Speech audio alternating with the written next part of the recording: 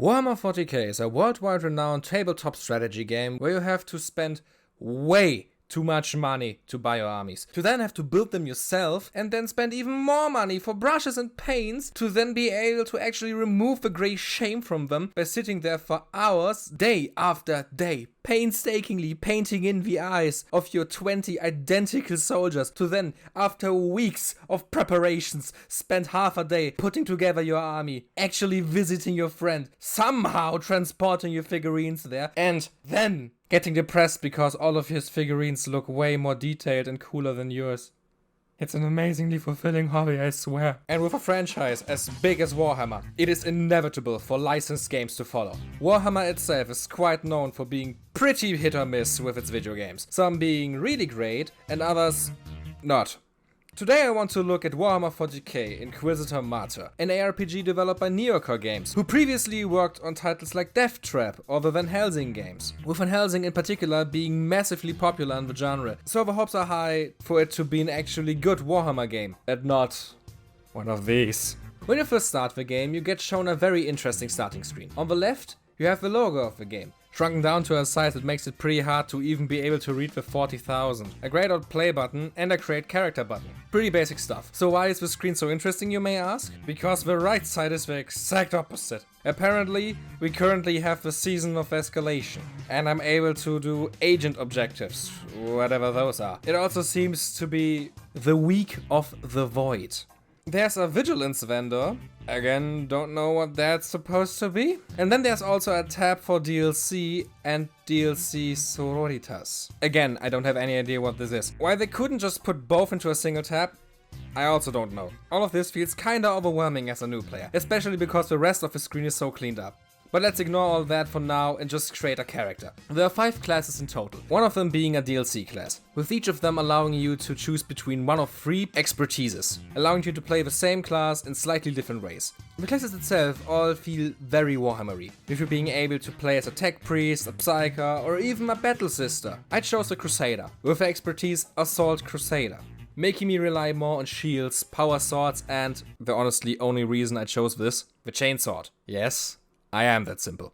After giving my character a name and not skipping the tutorial mission, we get the intro cinematic. We are the name-giving Inquisitor on a mission to check out a distress signal coming from this massive spaceship. And I already have to say, I am a Warhammer fan, so I mostly understand what they are talking about here. But damn, I don't want to know how someone that doesn't know Warhammer would feel after reading all of this mumbo-jumbo. So maybe I should give a small basics lesson on Warhammer, so that everyone can understand what even is going on right now. Ahem. So everything began 10,000 years ago when this really great and awesome mega dude became emperor. He was very mega hyper super awesome, and he also hated religion, and together with his son called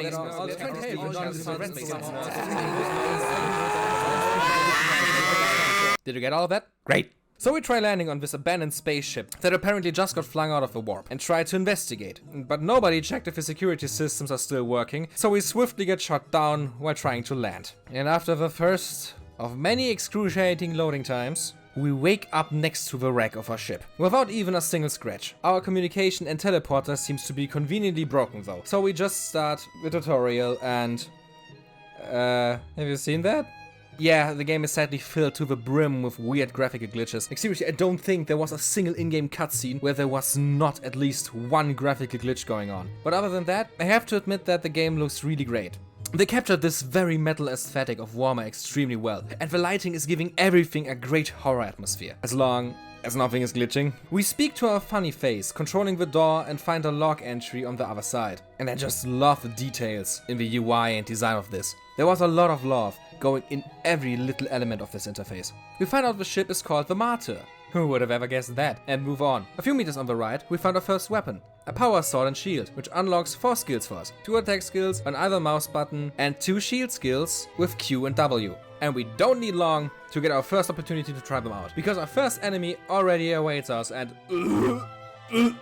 dear God! So this is obviously a demon of Nurgle, which is kinda disappointing. Nurgle are, sadly, the go-to enemy type in most Warhammer-related games. Most of them are pretty much the basic zombies you know from most games. But Warhammer has so many different and unique races and monsters that it's always just underwhelming to constantly see the green boys instead of the other type of chaos demons or alien races, like the green boys. This constant reusal of them is one of the biggest reasons why I was so excited to see Boltgun not only having Nurgle demons, but also Siege, or the new Space Marine game having you fight Tyranids. But yeah, let's just kill that big guy for now and move on. Further in, we find a way to get our communication system back online and connect to a woman called Captain Van Winter, who is happy to see that we're still alive. We compliment her for her loyalty and end the call and move on.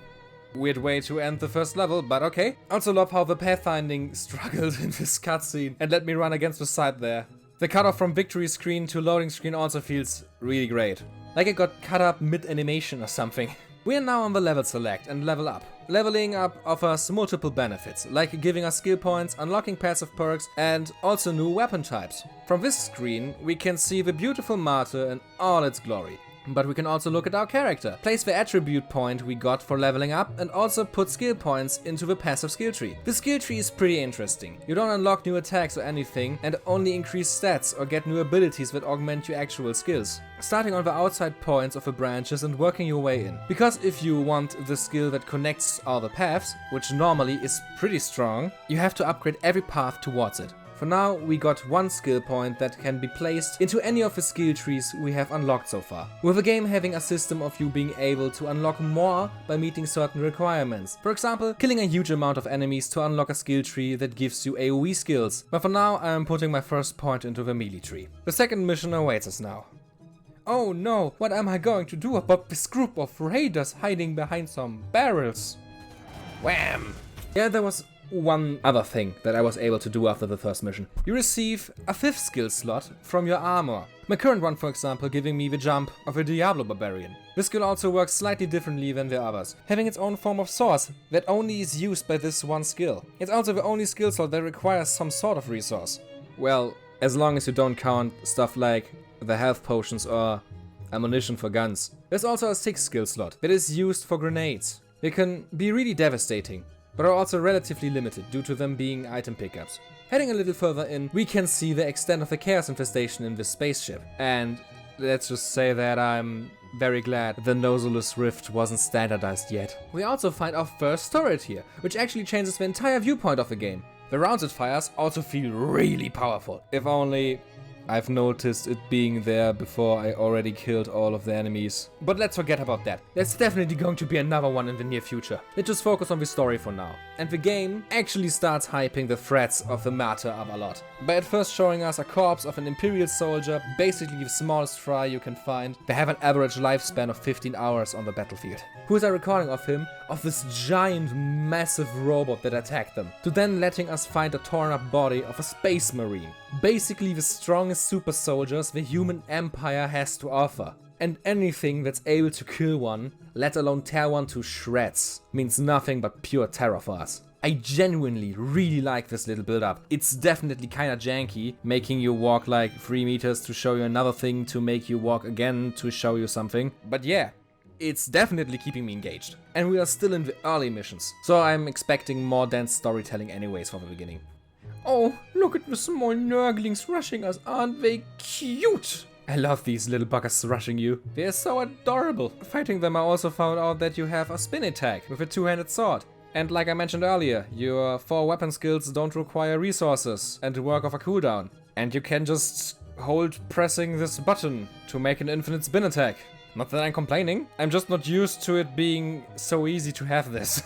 Inspecting another body, we managed to get in contact with Chaos Thorn, another Space Marine that is on this ship somewhere. After chatting for a bit, we decide to head to his location to help him out against whatever he's dealing with.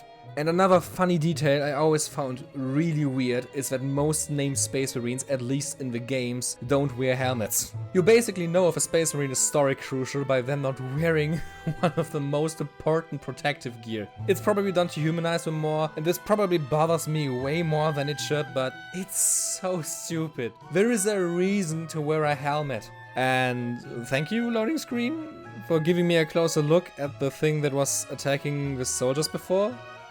In the third mission, we have to kill Chaos Champions before being able to head further into the direction of Thorn. There aren't any special enemy type, basically an elite, and they die just as quick as all of the other enemies. That's also it for most of what happens in this mission. There was a little more talk between Thorn and Captain Ragnar, but we should now at least be able to reach Thorn. One thing that started to worry me in this mission though, was the way of how you acquire more healing potions. From supply chests. And from how far I know, that's the only way. I'm going to go more into this later when it's more relevant, but for now, let's just say there's a reason games like Diablo and Path of Exile give you other ways to acquire healing potions. We free some soldiers before finally reaching Thorn. He welcomes us to the Martyr before asking us to help him defend against the demon hordes rushing them. This entire opening section is doing a good job in showing us the different mission types of the game, giving a look at basically all major mission structures, killing specific enemies, reaching the end, freeing people, or like right now, defending something against waves. It's really well done and makes sense in the story. It's a really good example of an invisible tutorial, even though all the floor textures are warping and fading in and out of existence. After surviving all the waves, we take Thorn and his men with us. But further in, we meet the monster that we saw in the video recording earlier. A big hunk of metal and flesh all fused together into an unholy beast that only has death in his mind. And it proves this by effortlessly impaling our space marine friend. Now we have to fight this beast that so easily teared our friend apart. Which actually was a lot easier than expected. Either we're ridiculously overpowered, or Chaos Fawn is the worst space marine I have ever met. Interacting with the monitor on the end of the room disables the teleport jammer, finally allowing us to teleport out of the ship. But doing so apparently also activated the Martyr, teleporting itself back into the warp it originally appeared out of. So we're now on the captain's ship, who tells us about having sent an audio log of our expedition through the Martyr to the Kalgadi Conclave. And terminology spamming doesn't stop, does it? And they already sent us a follow-up mission, which massively shocks our character, because normally they wouldn't even lift a finger to save their own grandmothers from a Tyranid attack without orders signed in triplicate, sent in, sent back, queried, lost, found, subjected to public inquiry, lost again, and finally buried in soft peat for 3 months and recycled as firelighters. And I am only slightly paraphrasing this. So we basically didn't expect to hear back from them for at least a few years. Which, not gonna lie, is in my opinion the funniest way I have ever seen someone emphasize the importance of a mission in any form of fiction. I love this so much. What I don't love so much is this wall of text we receive instantly after. Let's just skip that and look at what our future base has to offer. For now, there isn't that much to do here, besides using the shop or the map. But we can look at a few interesting things. For example, our storage being managed by another head. I think at this point I probably should explain why so many things here are run by human heads. To make things as simple as possible, artificial intelligence is basically banned in the entire Imperium. I know, I'm also sad this is just fiction. The reason for this ban being that it is looked at as one of the biggest forms of heresy, creating artificial life like this. So they found other ways of doing things where AI would help them. Convicted criminals. No, seriously, they basically serve being turned into a mindless slave that can't do anything but fulfill its task they were programmed for as a form of death sentence in this universe. And you don't really see this in the tabletop obviously, so I always really appreciate seeing it in the games. The most gruesome one being probably something like Dark Tide. We also can find an unconscious Thorn here. He actually survived, but to completely heal him, we need to find a tech priest, because they are the only ones with the knowledge to treat a space marine like Thorn. I hope you also like freaky looking cyber babies. I personally prefer the Chad General Skull with a pipe for smoke.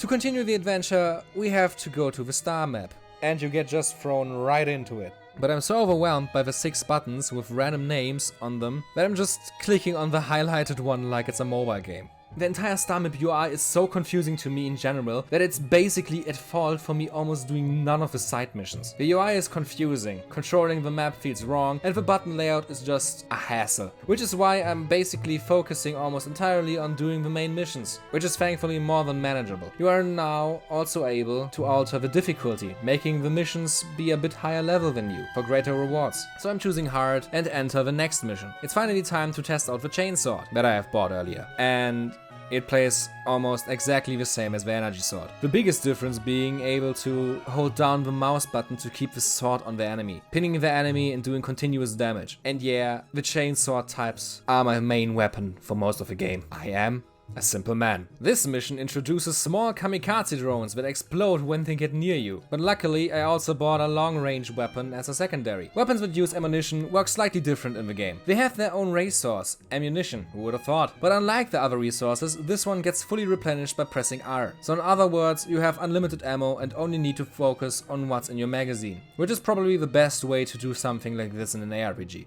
I could imagine it getting pretty annoying for builds around only weapons that require ammo and running out. The skills of this gun type in particular are kinda boring though, all being slight variations on the same thing. Bang bang. This is also the point where you slowly start actually taking some damage from the enemies. It's still relatively brain dead, but you are required to sometimes press the healing button now, and the mission complete symbol actually completely appears now, instead of being weirdly cut. Improvements! I'm so proud! I also am still really confused by the star map. You are able to see your next location, marked with this purple token, and the difficulty and level difference is color coded. Green meaning it should be easy, and red obviously the opposite. And because I saw that we are level under the recommendation, I go to another system and try out a side mission that's on my level. Side missions work slightly different. They don't allow you to choose a difficulty, and you also have the entire map from the start. They also seem to be timed, having a countdown at the bottom, probably meaning these missions are randomly generated. Unlike the main missions, we also seem to have a life system here, which is definitely interesting to actually have a penalty. The mission itself was okay. I ran through, killed some enemies, defended some points to collect data like I'm playing Warframe, and repeat. After finishing the mission, I don't instantly have to leave and I'm able to just clear the rest of the map before heading back. We are now high enough level to continue the story and enter the frozen wasteland, which actually play kinda differently to normal maps. And by that I mean, instead of having a proper level layout and structure, you are just thrown on a giant flat square. And I'm not even joking, there is almost nothing here. And if that weren't enough, the level also just feels so unfinished. Because I apparently forgot to extend the map far enough out over the edge to not make the end of the model visible. What the fuck is this? This is just embarrassing. The map itself was alright though. I threw a Nurgling into the stratosphere. That was cool. Atomized the polygons of this one. Always funny. Sadly, the person we had to find in that mission wasn't here though. So we just continue. In between missions, I fulfilled a few more conditions for skill trees. I was too stupid to read how the healing potions are called in this game though. So I just continue putting my points into the melee tree for now. Let's now also look at the laser gun I found. Works pretty similar to the other gun. Meaning mostly attacks are just bang bang. Only this time red, but it has two major differentiating features. Next to the stats and all, the weapon doesn't have ammo and can instead overheat, which is fair enough, and its fourth skill allows me to fire a continuing laser beam for as long as I press the key, but I'm still not really feeling the long range weapons. Maybe I'll find something that suits me more later. In this mission, I also find out how busted flamethrowers are, but not because I used one, I haven't found one by now, but instead because a lot of enemies here have one, and phew, hot. After popping the biggest pimples to ever exist, we encounter a few psychers. They're trying to summon something. I kill them before the bar fills up completely, but I was too late. And they actually managed to summon a chaos spawn. A vile, gruesome creature that has nothing on its mind than annihilating anything in it. I killed it in 2 seconds. The person we are looking for is also not here. So we go to the next and hopefully last location. But before that, I did another side mission. And this game is so weird, man. In one mission, you can see the literal edge of a map. And in the next, they have these beautiful vistas visualizing the unfathomable scale of the world in Warhammer 40K on a visual and polish level. This doesn't even feel like the same game. But on second thought, the mission itself wasn't anything all too special. Capturing a few points and fighting this massive thing. I'm pretty sure that in lore and in the tabletop, what I'm doing right now is suicide. But this is an ARPG, so we kill him in a few seconds. In the next real mission, I was able to try out the two-handed chainsword. And just like the one-handed one, it's pretty similar to the two-handed energy sword. I don't have the unlimited whirlwind though. Instead, I have an attack that turns me into Dr. Salvador from specifically Resident Evil 4 Remake. I also finally found a flamethrower, and it does exactly one thing with all of its 4 skills. Spreads the warm love of the Emperor towards the heretics! Am I the only one that has to think of the Lego game's death sound when I'm seeing some of these destruction animations? So we finally find the tag priest and convince her to help us by impressing her with a suddenly unlocked telepathic ability to let our weapon float around us. And after just a single more one-man crusade, the guy is standing on 2 legs again. But he still needs medical supervision, so he gets degraded to being the PvP billboard. After this point the game became relatively formulaic, and I have to admit the story also didn't manage to keep my attention. So I started to skip a lot after this point. The video is already long enough anyways, and we aren't even halfway through the game, so let's speed this up a bit. I want to use this moment to talk about the gameplay and design more. I already talked about this multiple times in the video, but I still want to emphasize what a mixed bag the presentation in Warhammer 40K Inquisitor is. The level of detail is immaculate. From the menus, the enemy models, different weapons and armor sets, everything is filled to the brim with detail and love, but there is no polish. The visual glitches are so constant, there literally is not a single mission that doesn't ruin your immersion with some stupid shit happening. And I think that's so unfortunate. The level design also feels surprisingly empty, which never should be the case in a game like this. RPGs always have pretty simple level design, but where most try to change things up, this game has like 3 types of level structures. Man-made corridors, open flat plains, and more organic corridors. And that in itself wouldn't be that much of a problem, but the enemy density is so low, with so much downtime, that the blander level design is way more noticeable due to not being distracted by fighting enemies. Which again is a shame, because the levels themselves look so good. But the game can look as varied with as much beauty as it wants. That doesn't change that traversing it feels boring. The gameplay itself also loses its charm way too soon, with the variety basically fading after the second chapter of 4. The biggest reason this is the case, in my opinion, is because of a lack of build variety and possibilities in the game. Your weapons and gear being solely responsible for your skills just limits the game in too many ways, especially considering that so many weapons have almost identical movesets with just slight alteration. The skill tree just adds to this, with it being entirely passive and not offering significant enough upgrades to make it interesting. You can see this the best in the visual progression. Where other games make you start out relatively small and make yourself stronger and stronger with more powerful looking and feeling attacks, Inquisitor changes almost nothing besides raw stats and numbers. And I think it's pretty important for an ARPG to actually make you feel powerful and not just be. Maybe it's just the class I picked, but everything just kind of felt like a slog after this point. Especially because most enemies don't even have mechanics that require you to think. You don't have to move or do anything special. You point on the enemy and occasionally press a button to heal. And I'm not expecting that much, but I want to be more engaged in something that titles itself an action RPG than waiting for whose number drops first. Seriously, give me something that I have to dodge, that I have to do something against, that actually demands me to think instead of simply playing cookie clicker. The amalgamation of all of these critiques came in the form of this level 20 mission, where you have to kill all the enemies on the map. Pretty normal mission for an ARPG, yes, but here you have to do it on one of these massive flat plains. So have fun running around for minutes on end, combing through the area to find every last asshole. After skipping through a few more, way too massive to make me care text boxes, we see a recording that shows Chaos Space Marines on the Martyr. Now shit is about to get real. Let's just hope they are more capable than our little guy. So we continue fighting some more Nurgle demons, have a tech priest very sarcastically make fun of himself not giving a fuck about the war crimes he committed, and get another cool cinematic cutscene as an introduction for chapter 3. This cinematic apparently was a vision that told us about the Martyr's location, which we instantly head towards. The sooner something interesting happens again, the better. You can't hurt me. This random chaos cultist saying this is actually pretty interesting and a really cool law thing. Because he's a cultist that's worshipping Nurgle, and he isn't just saying this for nothing. He actually is unable to feel pain. Nurgle is very interesting when it comes to how the 4 Chaos Gods treat their followers. Tzeentch, for example, sees them as pawns he can play with. Khorne sees them as soldiers to fight with. And Nurgle? Nurgle actually loves every single one of his followers as his own children. That's how he gets you. In a world as dark, gruesome, and evil as Warhammer, just trying to exist in a relatively normal way is nearly impossible. There's no love, no hope, nothing but the faith in a dying corpse on a throne that would get you murdered for just pronouncing his name slightly wrong. And in a world like this, there's this being that will accept you for who you are, that won't judge you, that won't hurt you.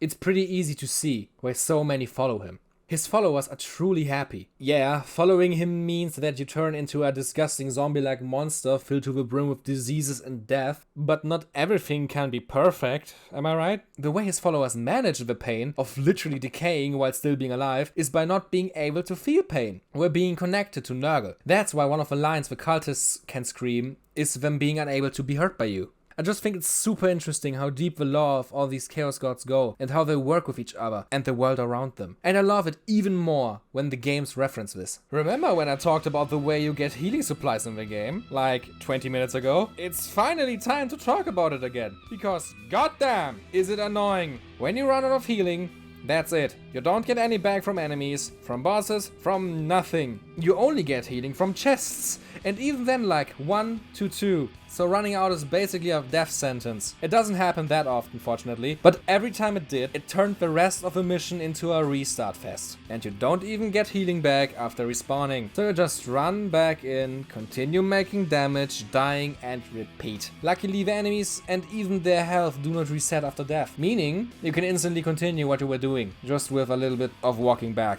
Main story missions really do not have any kind of penalty. You just do them and beat them eventually. We finally found another turret section. And this time, there are also actually still enemies left for me to kill. Look at me spreading the Emperor's love to these Nurglings.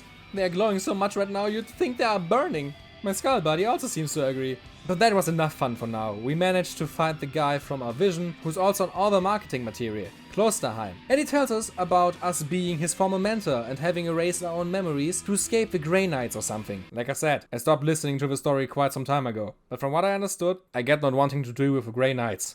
They are scary, and even only knowing of their existence can lead to you becoming a target of theirs. Erasing your own memories therefore is kinda understandable. But yeah, we fight our recycled boss after that and continue on our ways, with a poster boy staying back on the ship, for reasons. Shortly after, we meet our first Chaos Space Marine in person, who apparently enjoys playing dead, because he just laid there until we observed him. And do they feel like Space Marines should?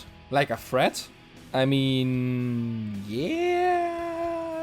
No, they just feel like any other enemy, to be honest. The biggest characteristic being that some of them have flamethrowers, which can be kinda annoying, but otherwise they really aren't anything special, which I really think is sad. They did my beefy boys real dirty in this game. Another thing that kinda started bothering me at this point was the small number above my healing counter. The red dots represent the amount of heals I have currently on me, and the number, how many more I have after the maximum depiction. And by that, I don't mean that I am carrying more healing that I technically should be able to. It just means my carry capacity is higher than the UI can depict. And it's not like your actual maximum is that much higher, or that there wouldn't have been space for it. So why didn't they just add more points to the side? I'm probably just missing this super secret skill tree combo where you just have like 50 healing potions or something. Together with Klosterheim, we find a big purple door that's keeping a woman locked inside that's apparently super important. And for some weird reason, the game is now suddenly introducing a morality choice system, where we're able to choose between being radical or Puritan. Kinda late to introduce something like this, especially because it's only appearing like 2 other times in the game.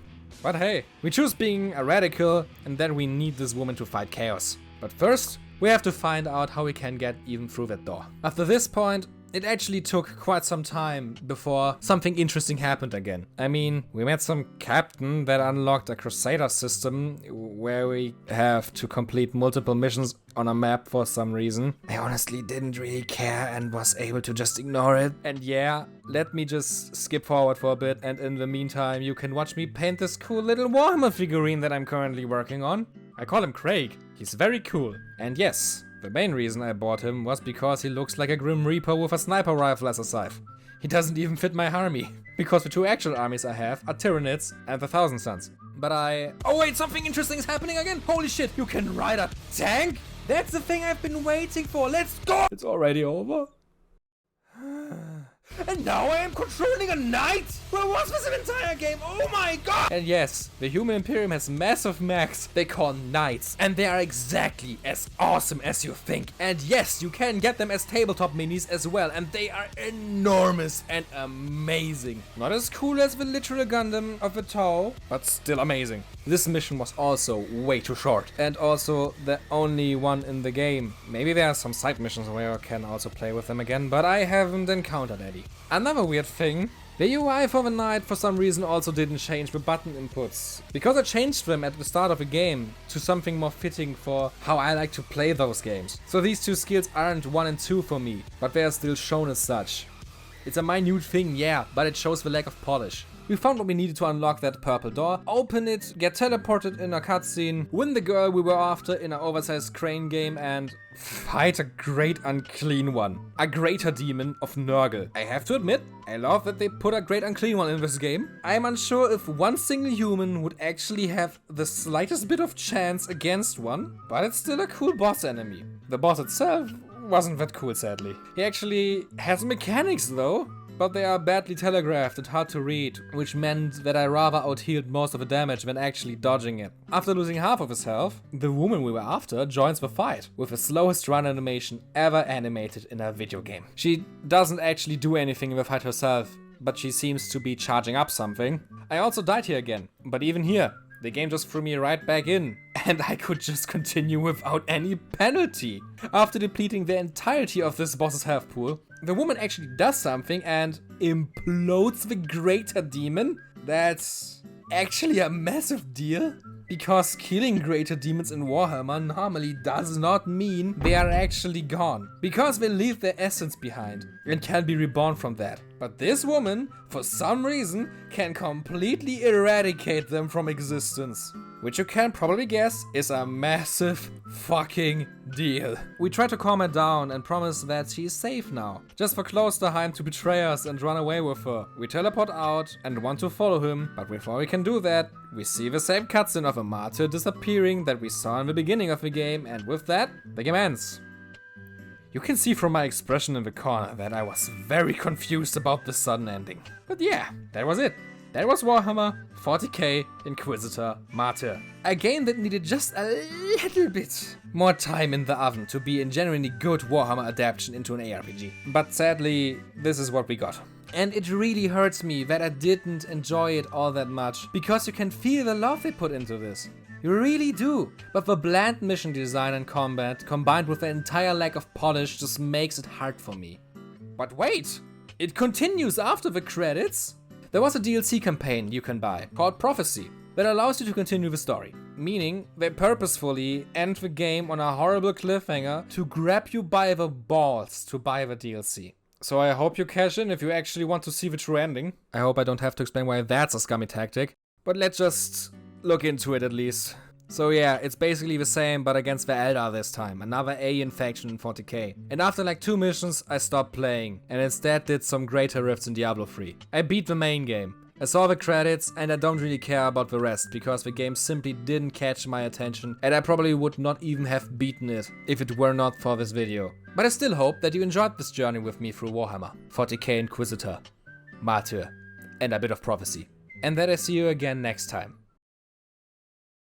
Phew, that was a long one. I am really sorry that this video took so long. But as you can see by the video's length, it was quite a lot of effort to make this. I hope you enjoyed it and that you didn't mind all that much that I stopped really summarizing the plot and what was happening.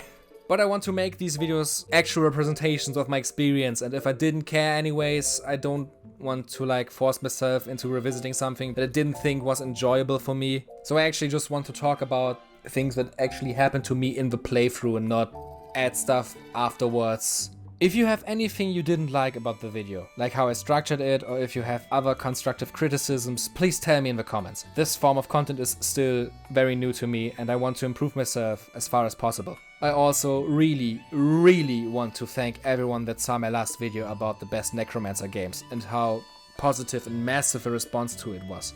It genuinely was a gigantic confidence boost and gave me the energy to work on long videos like this. And believe me, I already planned on making a lot more in the future. My current content is kinda all over the place with ramblings about current topics, top lists, and now these retrospective type videos. But for the near future, I think that I'm gonna focus on videos like this. The next game I'm gonna talk about is also gonna be an ARPG, but I think that after that I'm gonna branch out and talk about different genres as well. At first, I actually wanted to focus more, do something similar to like Josh Strife-Hayes with his worst ARPG series, do something in a similar vein, but with ARPGs. But I have to admit, there are so many different types of games I want to talk about that I don't want to like force myself into only talking about one specific genre. I still have many ARPGs I want to play for this channel, but there are so many other series that I also want to play. Like I would really love to make a retrospective about like the Sonic games from the first game to literally the newest one. Or even games like Bayonetta or Devil May Cry, Metal Gear, Resident Evil. There are a lot of different types of games I actually would love to make videos on, so I don't want to, like I already said, force me into one specific thing. Or even Warhammer games. There are a lot of Warhammer games I want to talk about because it's a really big passion of mine, and I hope I was able to like get across how much I actually enjoy the Warhammer universe. Which is also why I want to talk about different genres and not just ARPGs, because there are like 2 Warhammer ARPGs and way more games in different genres. So my plans are really big for the future. But I think I blabbered long enough for now. If you listened this far, thank you so much. My watch time is gonna love this. And I hope that I really am gonna see you next time as well.